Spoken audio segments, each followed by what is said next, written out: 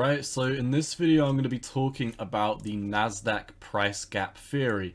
I've done a video on the Nasdaq Price Gap Theory before. If you did miss that video, we basically went through the last, I think we went through about 30 to 40 data points, and we basically circled every single, like we just went through the chart like this, we circled every single price gap that we've got on the Nasdaq, and we circled the price gaps because a lot of the time what happens on the Nasdaq is we formulate these price gaps, the price either continues moving up or down depending on the direction of the trend, and then we always normally come back and fill these price gaps before we do move on to higher price targets. So I don't want to go crazy on this and, you know, go through about 30 data points because you can really go through this if you want. You can go through 100 data points, 1,000 data points. No one's going to stop you from doing that. But I imagine if I do like a 20-minute video going through these price gaps, people are going to be very, very bored.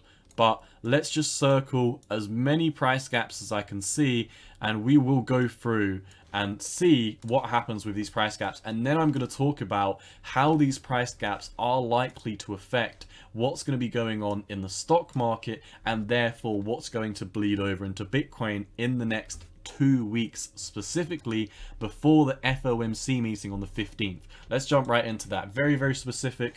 As we get to the end of the video, I will talk about what I think is going to be going on for the crypto markets and the stock markets the next 2 weeks. So you can see, you know, we've got two price gaps right here while the price is moving in this upward trend. I mean, the price is moving upwards the whole time, but you can see if I move this over to a different color, let's make this yellow because yellow is quite easy to see on a black chart. But we came up, we've got price gap number 1, price gap number 2. What did we do? We came down and filled both of these price gaps. So we can get rid of these.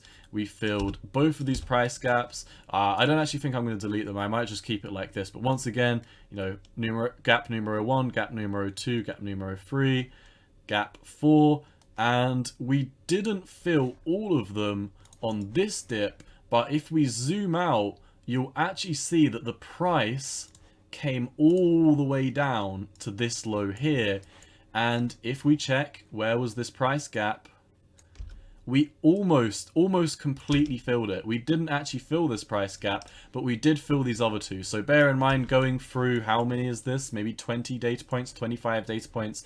There was one price gap we didn't fully fill, but, you know, as you can see, the price of all of these price gaps, let's just say we kept on going up. You've got price gap here, here, here, here, here, here, here. All of these price gaps. We came down and we came all the way back down to here, to this cluster of price gaps, and we literally filled every single gap apart from one. So I think it's very, very likely, like, the Nasdaq has a huge hit rate of filling these price gaps. Even not even on these macro moves. Like, for example, you've got another price gap here, you broke down, broke up and filled it, and while you were breaking up, this is something to note as well, you've got price gap, price gap, price gap to the upside. What did we do? We came down, formed a price gap here, came down, filled all of these were done. Then we broke up, made a price gap here, broke down, filled it, broke up, took out this price gap, and then as you can see, once again, we keep on moving, we keep on going up. You've got a price gap here, we broke down into the price gap, broke up through it, filled the gap, made a price gap on the way down, came down, broke back up, two price gaps on the way down, and then one coming on the way up. You broke down, filled that first price gap, came up, made a second price gap here, came up here, took out all these price gaps, and then later on you came back down anyway, so you filled this last one. So, you know, I don't want to go through all of these price gaps and, you know, talk about every single one, but the fact of the matter is, the Nasdaq fills price gaps at least a 95% accuracy. When I went through this, I think we calculated it to be a 96% accuracy of filling price gaps. And at this moment in time, we have two price gaps all the way up here, which from the lows would be about a 28% rally for the Nasdaq. Now, at this moment in time, as the Nasdaq is quite nicely rallying, we're about 15% of the way from filling these price gaps. So, as you know, or as I'm sure that you may know, the stock market is basically correlated to Bitcoin. I don't personally like it too much, but it is what we have to run with. The NDQ, or the Nasdaq, is very, very much correlated. And if we tie these two together, and we place them over the top of each other, move this up a couple levels, squash this down, you can see that, I mean, they move in tandem. You zoom out, not always so hand in hand, but for example, you see the stock market starts to have a crash. Bitcoin literally starts to have a crash at the same time. It's just a little bit more euphoric. The stock market starts moving up before Bitcoin does. Bitcoin's able to start running up. The stock market tops here. Bitcoin starts to crash. And they both pretty much bottom at the same time. Bitcoin actually starts moving before this one. And as you can see, this cluster up here, the stock market and Bitcoin pretty much topped at the same time. They crashed at the same time. They had these recent dead cat bounces at the same time, crashed at the same time. And quite recently, Bitcoin is starting to move up and the Nasdaq is moving up. So if Bitcoin is able to keep on moving, if the Nasdaq is able to keep moving up just another 15% over the next 2 weeks, I think this will definitely allow Bitcoin to move up to my price target. If we come over to the weekly again, I've been talking about my price targets: 34,000, 35,000, 36, and 38. I don't think we're going to be going higher than 38, and I almost feel like 38 is a bit of a stretch. So I think the sweet spot on this is between 34 and 36k.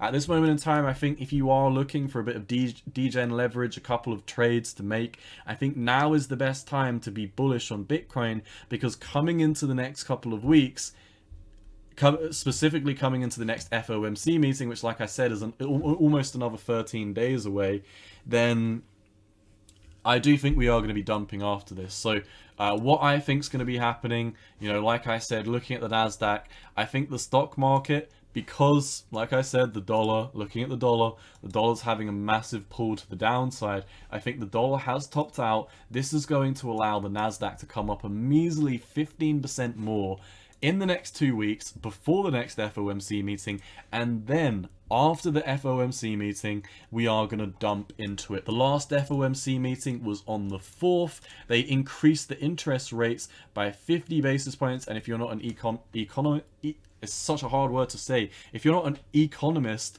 then a 50 basis point increase simply means a 0.5% increase. For example, 100 basis points is 1 percentile point.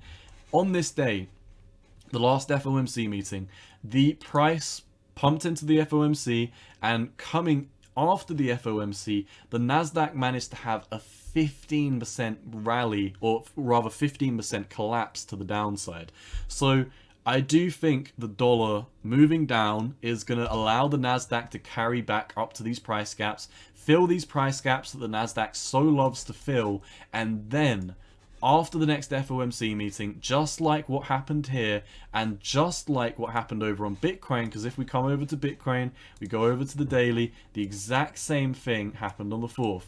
We pumped into the FOMC, we dumped into it the next day, and because of that 50 basis point increase within literally a week, Bitcoin capitulated 36%.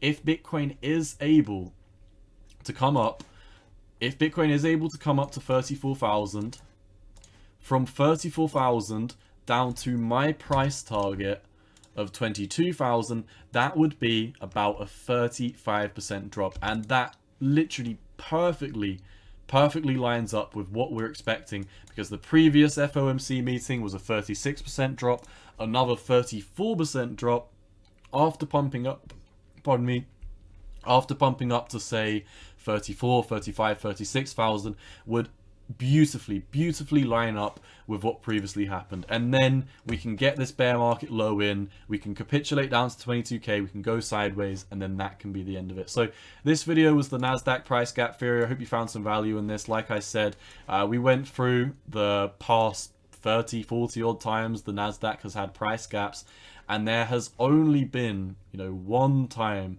or one price gap that we did not quite fill. And considering how many we went through, this price gap here is the only one that didn't get filled. So take that with a grain of salt. Every other price gap got filled apart from this one. Considering how we have 2 here, I'd say we have a pretty good likelihood of this being filled, because remember, there was actually, 1, 2, there was even some here, there was multiple clusters down here, and we moved down and filled them all apart from 1. So I think the likelihood of at least, like I said, a 15% move up to the top would mean that we'd fill the price gaps. We might not necessarily make it up that high, but I don't think it's outrageous to say that the Nasdaq would probably at least fill the first price gap and move up another 11%. If the Nasdaq moves up another 11%, bear in mind the Nasdaq's up 2.75% today. Bitcoin is about the same amount, 2.5%. So if the Nasdaq can move up about 15%, I could easily imagine that Bitcoin could also move up another 15% or so. Bear in mind, it's only 11% away until 24k. If we were to move up 15%, that could carry us to that sweet spot between 35 and 36k. So, hope you found some value in this video. This was like a continuation of the video that I just recorded, talking about what I expect to happen in the next 2 weeks for Bitcoin. This was more of like some in-depth explanations of another reason why I think Bitcoin's going to rally. But also, like I said, with the dollar going down, with the stock market going back up, it's starting to look pretty good for a relief rally until the next FOMC meeting. I can't emphasize that enough. I do think on the 15th or the 16th, after the interest rates are increased again, we're going to go down. That's all I've got for today. Hope you enjoyed microdosing the Nasdaq price gap theory. As always, not financial advice. Cowboy out. Peace.